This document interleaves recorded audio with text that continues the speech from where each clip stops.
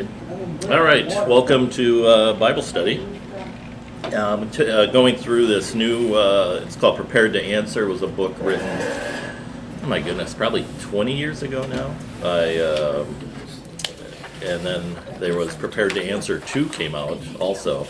But it was mainly a book that was by Professor Mark Paustian. He teaches at Martin Luther College, just a brilliant man. And part of it was the focus of Prepared to Answer was, people are asking you questions as Christians. We're going to prepare you to answer those questions, and some of them are tough. So today is the question is what kind of God demands worship that someone would be maybe someone would be upset, what kind of a God demands that you worship him? Is he a self-serving God, somebody like that? So that'd be why somebody would ask you, what would be a way that you could answer that question and tell them this is why we do worship the God that we have. And I believe, and this book's in our library, I believe, too. Correct? Mm-hmm. Yep. Yeah, so if you're interested in reading more about it, you can check it out of our library. There's a little on my sheet, at least, that I have here is a little precursor to it. Before we read Matthew 12, we're going to take a look at the visit of the Magi. Years ago on NPH, had Garrison Keller. He was a storyteller. Lake Wobegon. What's that? Lake Wobegon. Yeah, Lake Wobegon. But he said back in the early 80s, Garrison Keller told a story of the Lutheran wise men of the Christmas story. And he said that he explained that since the wise men were the only ones in the Christmas story that came from any distance, he was pretty sure that they were Gentiles, but they were also probably Lutherans. So he said the third gift that the wise men gave was myrrh, which was really known as ham myrrh, which is translated in a shortened form of hamburger casserole. And so he said the third wise man was going to bring a gift like all the other wise men, but his wife said, no, take some myrrh because they'll all be hungry. So that's what he ended up. Little known story. That's probably falls in similar to those Luther's, what we were just talking about Luther.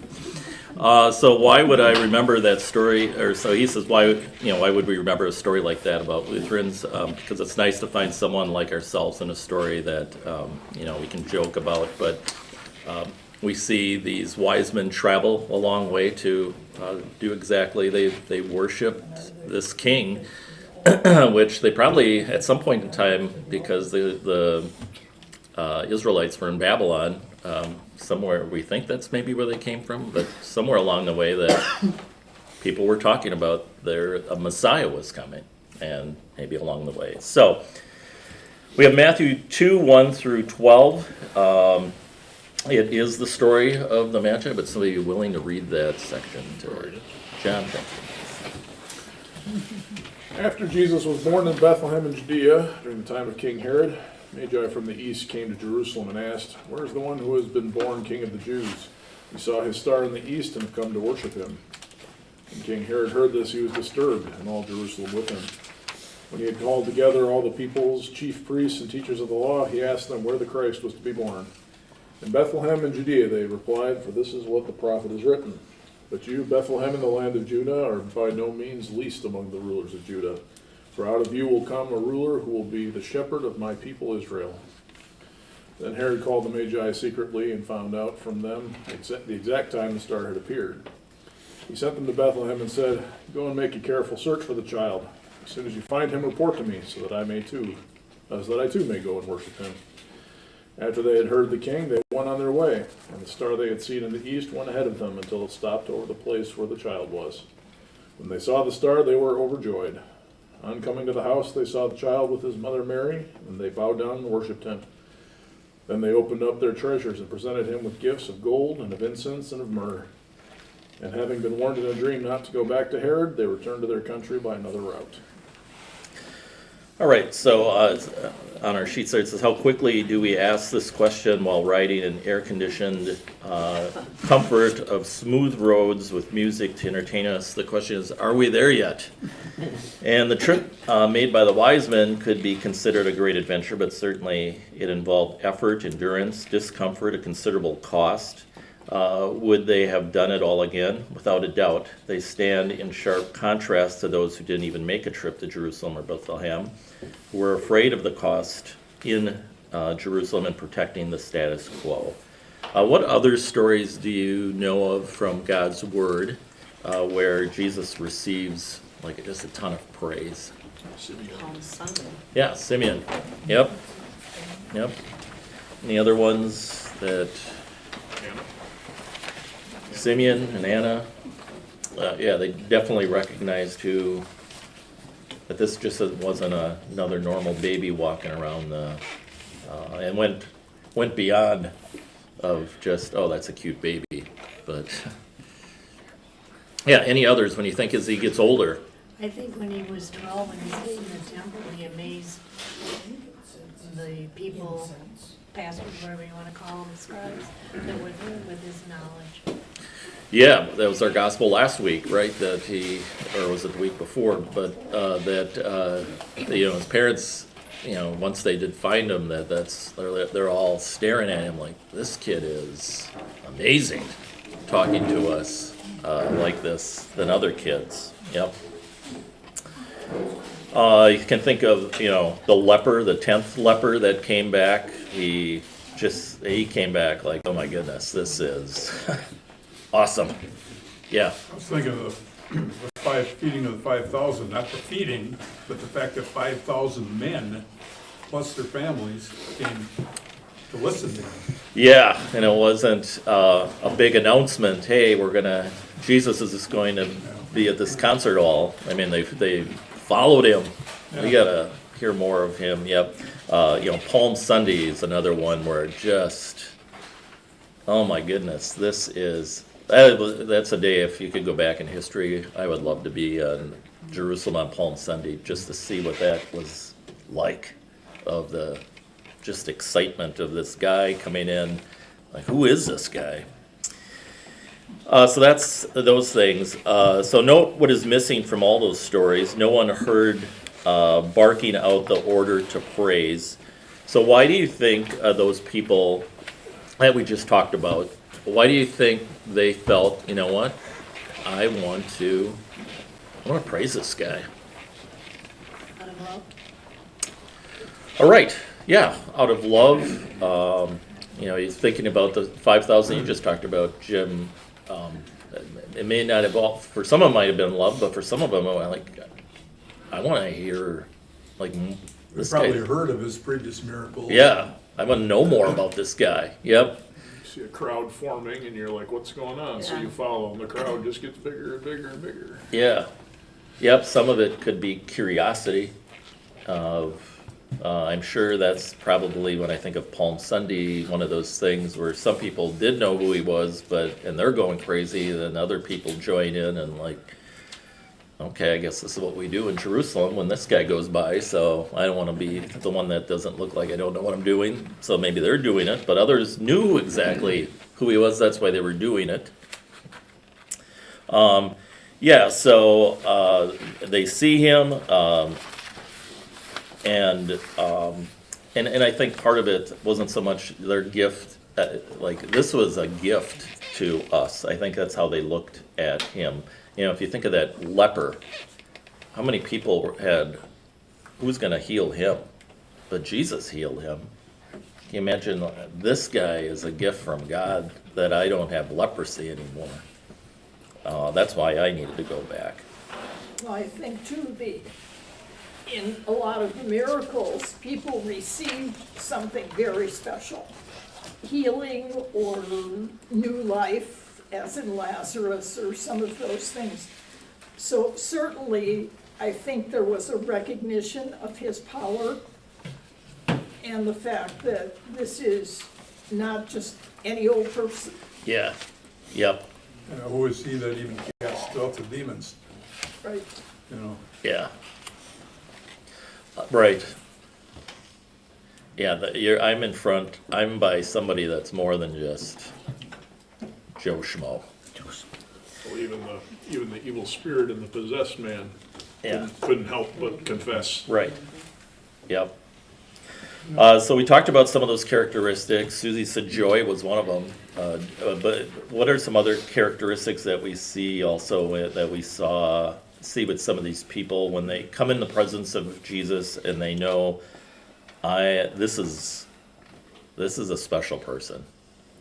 You know, it wasn't a slap on the back. I mean, it was what are some of the things that we see that some of the people do? I'm sure they said thank you. Yeah. Thank you so much. Yeah. Like beyond thankfulness. Yeah. Perfuming Bow him. down in presence of the greatness. Yeah. I'm gonna bow down in front of you. We see that when we were talking about the Magi when they showed up, this little baby, they brought him actual gifts. Do that we they- know how old Jesus actually might have been when the wise men came? Was Uh, he still a baby or was he old? It was like I- 2-ish, wasn't it? Yeah, I've heard anywhere from 1 to 3 years old. So, but we don't know exactly. But yeah, probably not. Mary's not swaddling Right, him yeah, anymore. yeah. Yep. Question 4: what terms would you use to describe a person who says, I'd like to get together on a regular basis and talk about how wonderful I am? Give a few adjectives. Instant red flag. Yeah. I mean, that would definitely, if somebody said that to you, that you would kind of step back for a second, wouldn't you? I'm sorry, what did you just say to me? Probably just laugh. Yeah. Yeah. Yeah, are you trying to be funny or are you being serious? Yeah, that would kind of make you step back a second and say, boy, this guy's really into himself. So then the next question is, how is that different from worship? What is the connection between praise going to God and comfort flowing to us? Praise God out of love. Okay. Yeah, expand more on that. Love, respect, knowing what he did for us, Yeah, which was dying on the I'm cross. sending my son, and I get all the glory because I'm doing it all. Yep. Yep. Yeah. Anything else on that when we think about what's the connection of when we're in worship and we're praising God and we're singing songs and we're showing all glory to Him, and in that idea, what is the comfort that's coming back to you? Well, as you sing those songs and the words, just the knowledge of what God has done, it's so humbling and you feel so thankful because here you are and there's God, and it's just awesome. Yeah. Yeah. Part Mary. of our comfort too comes from the fact that we know that through Jesus, our sins have been forgiven. And all we have to do is believe in Him. Yeah.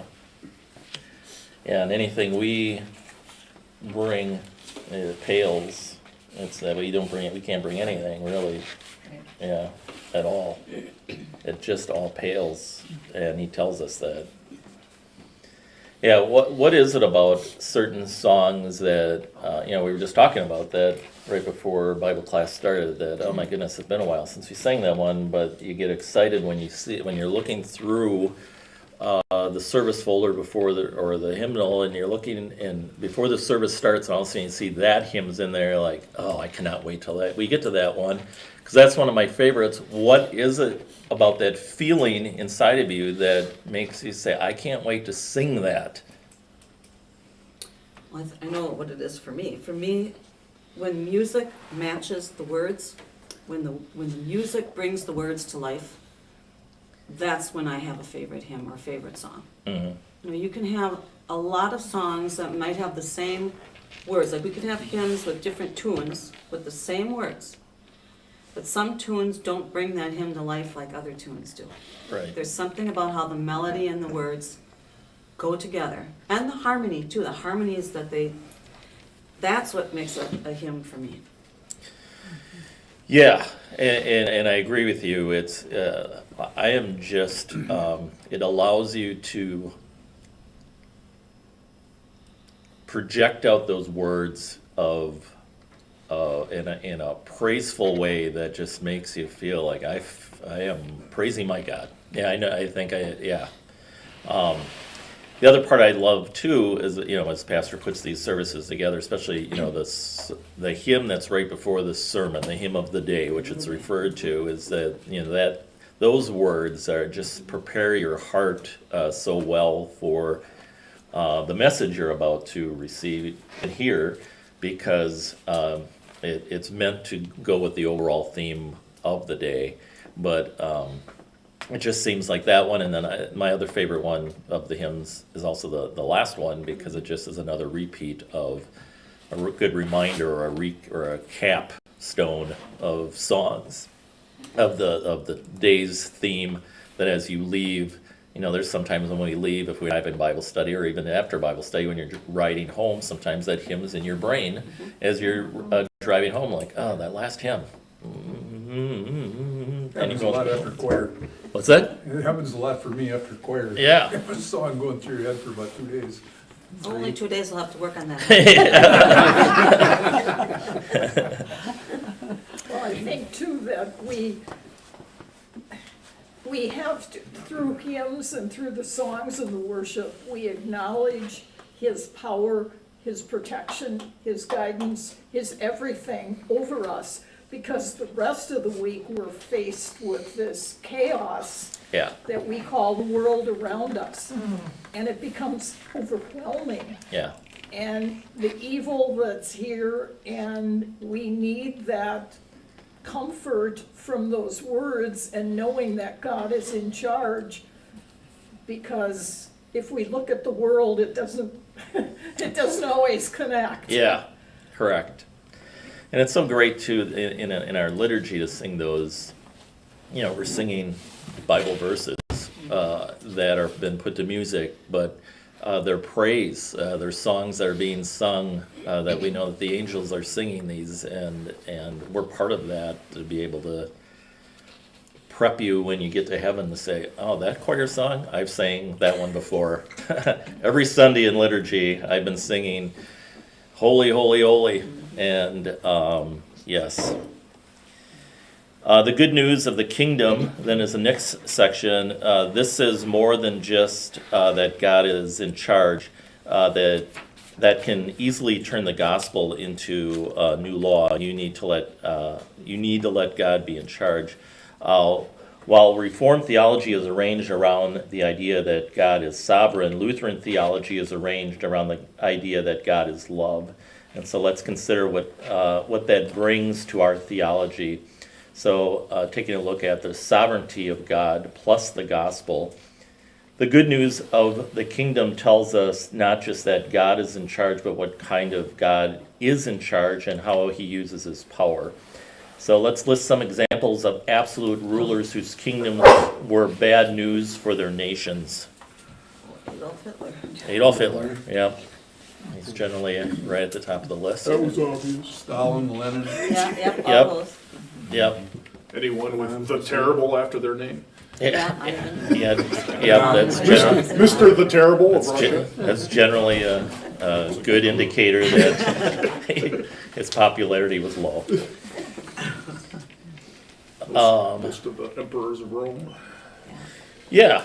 and you can go through that whole thing, and you're like, yeah, they cared about themselves. Korea, North Korea. Yep.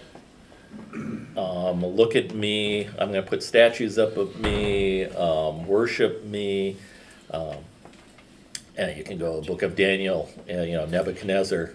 Hey guys, look at this awesome gold statue of me. I would just love it if you would all worship me. I'm going to make it a law that you would all worship me. Like, ugh. It's been going on since day one. Yeah. And it's still going on. Yeah, It'll never exactly. stop. Yep. So this passage from Colossians, giving thanks to the Father who has qualified you to share in the inheritance of the saints in the kingdom of light, for he has rescued us from the dominion of darkness and brought us into the kingdom of the Son he loves, in whom we have redemption, the forgiveness of sins. So according to the good news or the gospel of the kingdom, who's in charge? And what do we know about how he uses his power?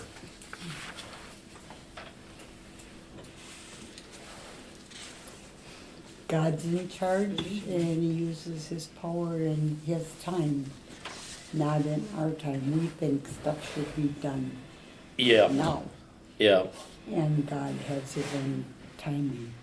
yeah. Even more, yeah, Uses his power to accomplish his will, yeah. whatever he deems is best. And that's sometimes where the conflict, right, comes Yep. with us, because why are you doing it? Well, you hear it all the time, like, Yeah. if God is such a perfect, loving God, why did he blah, blah, blah, blah, blah. Yeah. Yeah, and the way he did it, I mean, he could have done it anyway, but he takes his son and said, I want you to give up your powers, I'm gonna put you on earth. And in fact, I'm just not putting you there. But you're gonna be born. The whole thing we just went through with Christmas now, that he's lacking comforts of. I guess it's you're on my mind just because my grandson was born. But I mean, they go to a hospital, and you have this nice room now. It's kind of like a hotel room, and then no one ever leaves it, until you have the baby, and then you got to be out the next day. But before that, I mean, it's just like, oh, can I get you ice chips? Can I get you whatever? You go through the whole thing. That wasn't going on in a stable. But that's the way God chose it to be. I'm going to make it, this is the way I want it to be.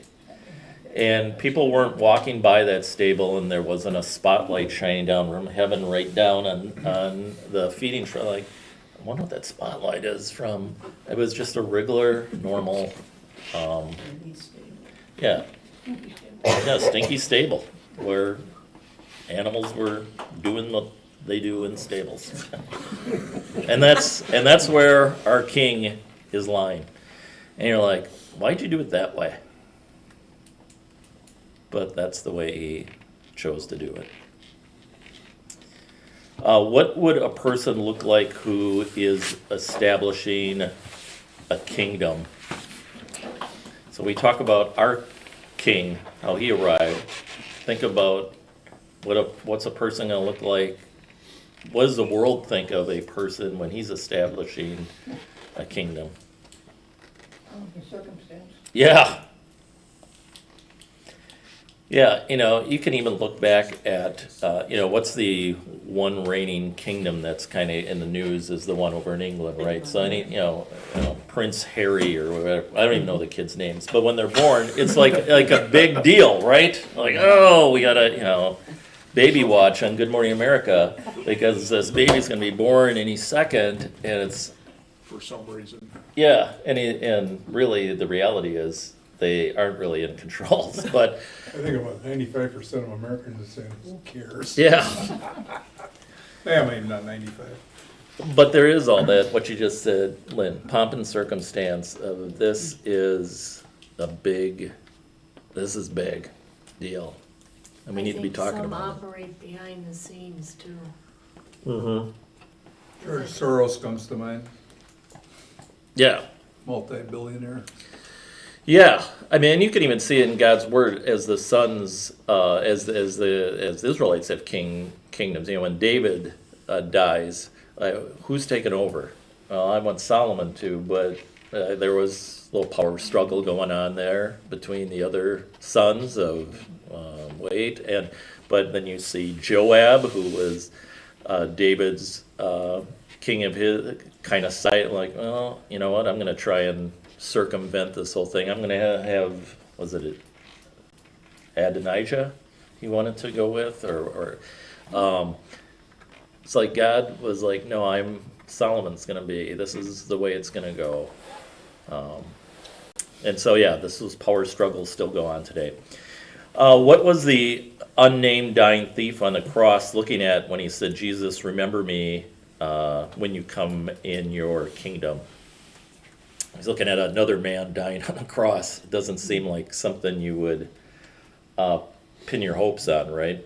But other answers when you think of He them. knew how all the things that he had done, Yeah, and he knew that Jesus hadn't done anything wrong. So and who's he looking at though? I mean, because I'm sure the other guy quite opposite of him, the other thief, if he would have you done anything wrong? Nope.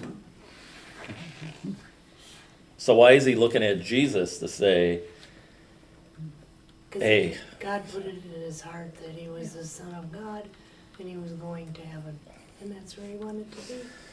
He He's- realized he did wrong, he repented of it. And, yeah. He's asking Christ to take him to heaven because he knew he was gonna die. Do you think he was looking at him too because Jesus never talked back? Jesus just was quiet and yeah. did what he needed to do. I find all of this amazing when you just sit, I have a little bit of a drive time sometimes, but today, what made those three wise men say, I'm going to make this big journey to go find this kid? Where does that conversation start one day? Could it have been from the Old Testament? Yeah. But even Did they study the Old Testament? yeah, And then- let's go do it. Like we're not doing, I've got, this isn't, let's get in a car and let's drive an hour and a half. Let's saddle up some camels here. This is going to be a travel. And it's not going to be easy. And we're going to go do this. And the same thing with when I think of that thief on the cross, how much pain he's in, and he looks at Jesus, who, as you said, is acting different probably than but I'm sure there had to be somewhere along the way, maybe he heard of who is Christ, but he looks at him as this guy even dying on the cross, and then can do something for me.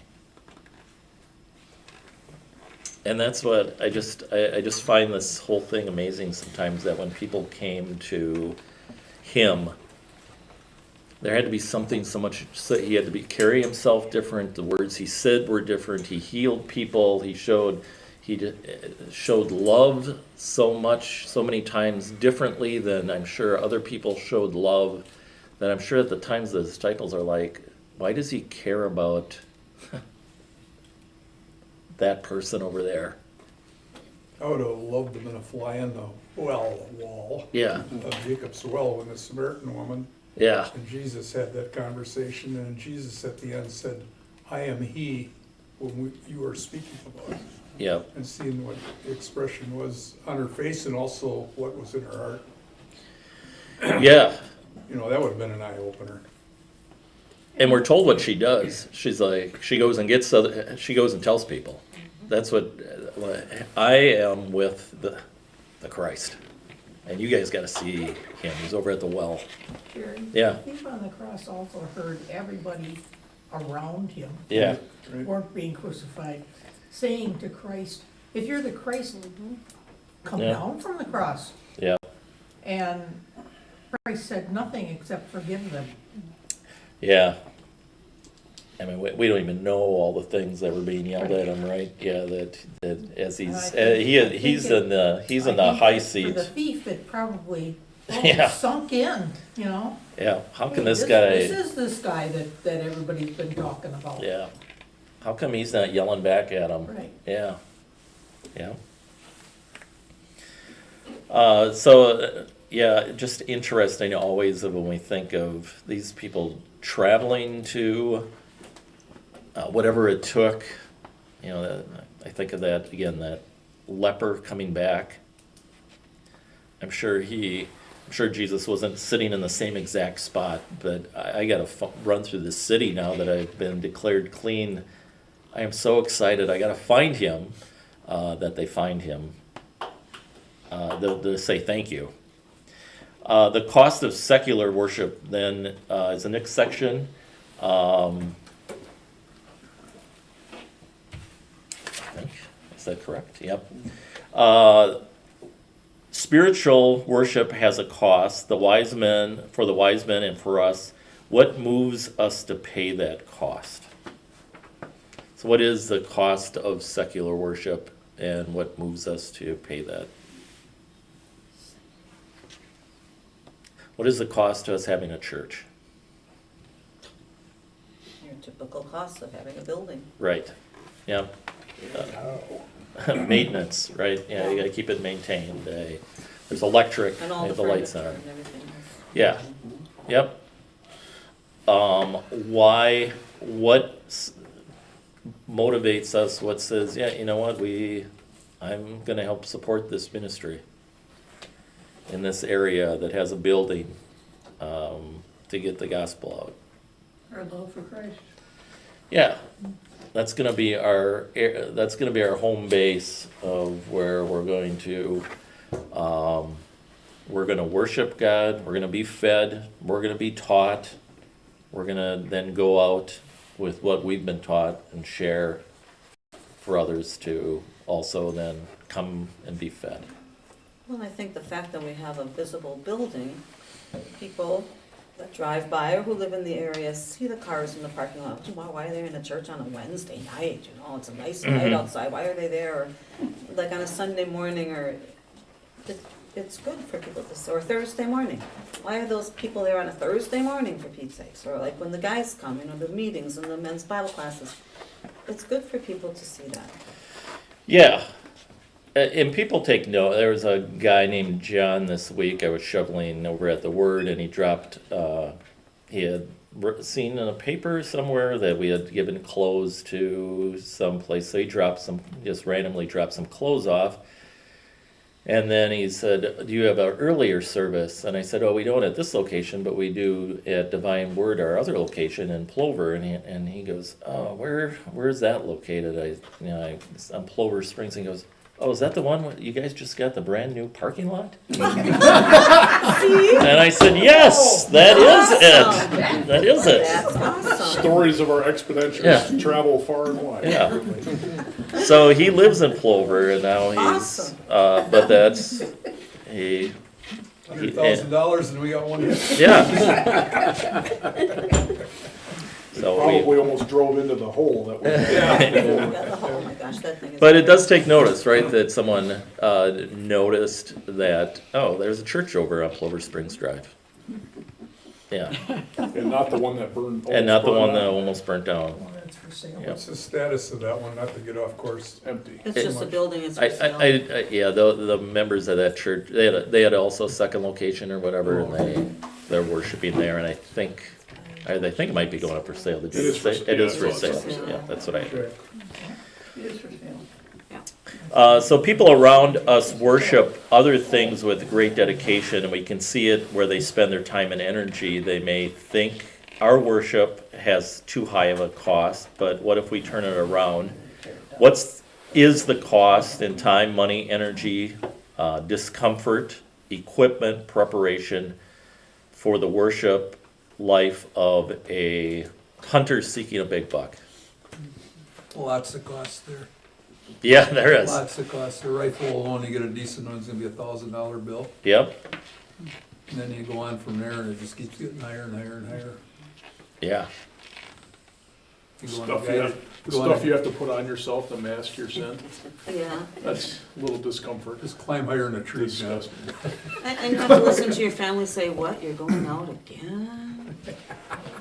You didn't get anything yesterday, do you have to go again? Especially the ones that don't like venison. right? Time, yeah. I'm trying to put food on the table for my family, Lynn, all right? Oh, well, okay.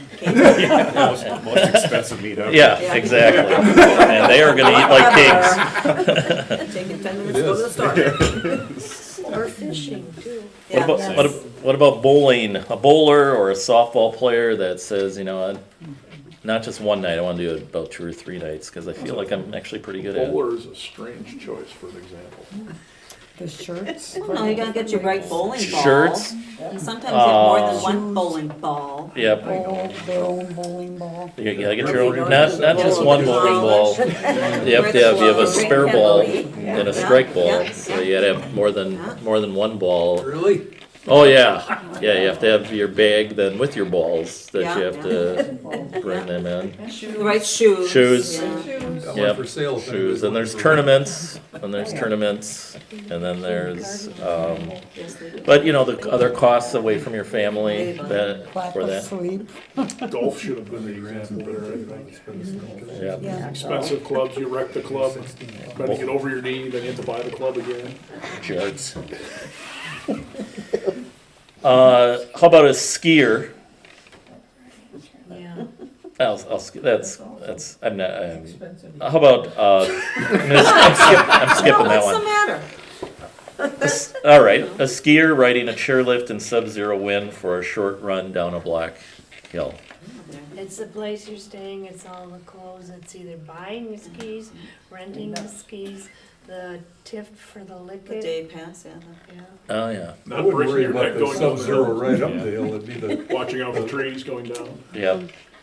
I just saw an article, somebody, apparently at some ski hill, that a water main hydrant broke and sprayed right up into the people on the chair. Oh, my goodness. grr. That'd be Freezing cool. time. Yeah, it was like freezing water. Oh, The water ride. That's gonna be a cold ride back down the hill. Yeah.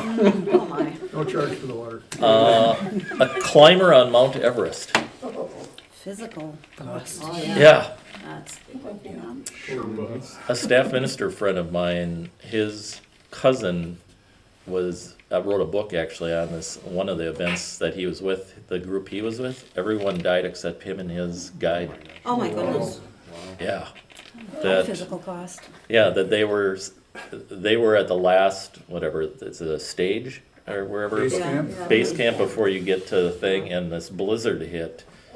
And I think Pastor used that story in a sermon because one of the last remaining guide, or one of the last ones, got so disorientated that he put a oxygen tank on that was actually empty, but when he read it, he thought it was still full, but he was so hypoxic that everything looked different, and then when he put it on, he walked right off the Almost thing. died a year ago in one of the mountains in the state of Washington. It was a freak blizzard that came up, Mhm. and Ryan's pretty smart. He carries stuff and everything. He had a full charge on his phone, and that's what saved his life, so that he could call his girlfriend and she could call the first responders to helicopter to come down, Find him. spend the night with him, and then get him out of there. Wow. That's crazy. Yeah. Yeah, just don't know what some of those freak Third time he stories. came down a trail and went around a corner and came head to head with a bear. Hey there. That's yeah. They both went their separate ways. Yay. So you see all the costs that go into these things that people really do enjoy. So what is it when we talk about when it comes to getting to church? What would somebody say? We just came up with stuff what we would say as costs. If it's somebody who isn't a churchgoer or isn't a believer, what would they look at you and say, this is a cost that you are doing to go worship? Yeah, Jim. I don't know if it's an excuse or not, but a lot of people I've talked throughout my life, non-church goers, the number one phrase I hear is, all they want's your money. Okay. Yep. You know, that's all you hear. And, I don't know if that's an excuse to blow you off, so to speak, or what, but Yeah, no, and I think that is one of them, right? You guys are just, when I'm using my money to go bowling, I'm buying a ball and I'm doing all this stuff that can justify, but what you're doing with your money, you're just putting it on a plate and it's getting, you're just throwing it away. But they want more of it, right? Any other costs? Yeah, Lynn? We're laying up treasures in heaven. Yeah, right. And that's what we are, right? Treasures? Yeah. Laying up treasures in heaven. oh, okay. Yep. And Yeah. other people have said to me, you mean on your day off? Yes, that's You a give big up- one. You get up early, get dressed, and go to church, give up a whole hour of your time? Yeah. Yeah. One day I could have slept in. Yep. I may have told this story, and it's one of my favorites. So Denise plays over at Denise Sharkowski plays over at the Word. And there, when we were closed for a little bit, Denise would come get up on Sundays and go play when we were doing the services online over at the Word. And her neighbor noticed all the time that on Sunday morning she was getting up and going. So finally she had bothered her enough that she went over one day and said, "What do you do every Sunday morning at the same time? I thought churches were closed." And she said, she didn't even say churches was closed. "What are you doing always at the same?" She goes, "Well, we are a church. We do an online service." It got her so interested that she went through Bible information class, and she's a member now of her church. But it was all the time seeing Denise now where's she going again? Sunday morning at 10 o'clock. Yeah. It's yeah. crazy. But, so sometimes I think even when we get up, that to think about that, when you get up, that do your neighbors, where are they going? Or it might be on a Wednesday evening or whatever, that they're like, there they go again. And maybe If that's, the neighbors don't get you, their dogs will. yeah, exactly. I went to the mailbox yesterday, and there's 2 dogs that they own, one we gave them, and they must have been in the bedroom window, and all of a sudden both of them let loose. So I can't even go to the mailbox.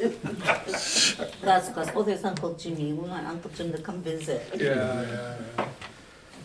So at the end here, if people are going to worship, it'll be because God uses people like you and I to help them see that this, we don't look at it as a cost. This is part of our life. This is what we do, right? We go to worship God, but they're going to see that. But He's going to use us then to say, yeah, this is my life. And if you want to hear more about it, I'd love to share more about it with you.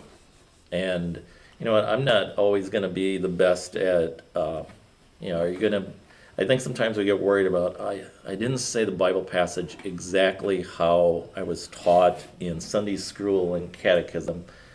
It's okay. And if you use your own personal version of it, I think sometimes it's even more meaningful that, man, these people, you know your stuff, and you're sharing it. And, so who needs to hear the story? There's just a ton of people yet who need to hear the story. When I talk to people sometime and it comes up like you're talking, and if they do go to church, I ask them, well, where do your ministers get their training? Yeah. And then I eventually work around to the fact, your ministers, are they trained in the original biblical languages? Right. And a lot of times they don't know. But I Right. make it a point to tell them that, yeah, ours are. Yeah. You're trained in Hebrew and Greek, and why is that? It's the original languages of the Bible. And plus couple that with the fact that might be a word in Hebrew, that there's maybe 5 words in English that might come close to that one word.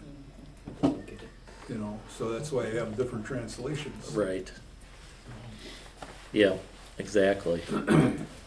That seems to make an impression on them a little bit, Yeah, and I think people are just, as far as the truth goes, yeah. I think today, even talking about baptism, I think so many people, that guilt that they carry feels like a heavy layer of dirt on them that, and the baptism of knowing what Christ has done for you, it's, you got this power hose, it's just, sprays that all off, that if they could live a day without that, and somebody that has felt that, and when they go through Bible information class and they have that guilt unloaded from them, they are like a new calf in a field. They are just, you just see them like, wow, I feel fantastic. For the first time in my life, I don't have to carry this load with me that I just thought no one loved me. Now I know somebody does love me. And so there's a lot of people out there that want to hear that. The last passage, like newborn babies crave pure spiritual milk, so that by it you may grow up in your salvation, now that you've tasted that the Lord is good.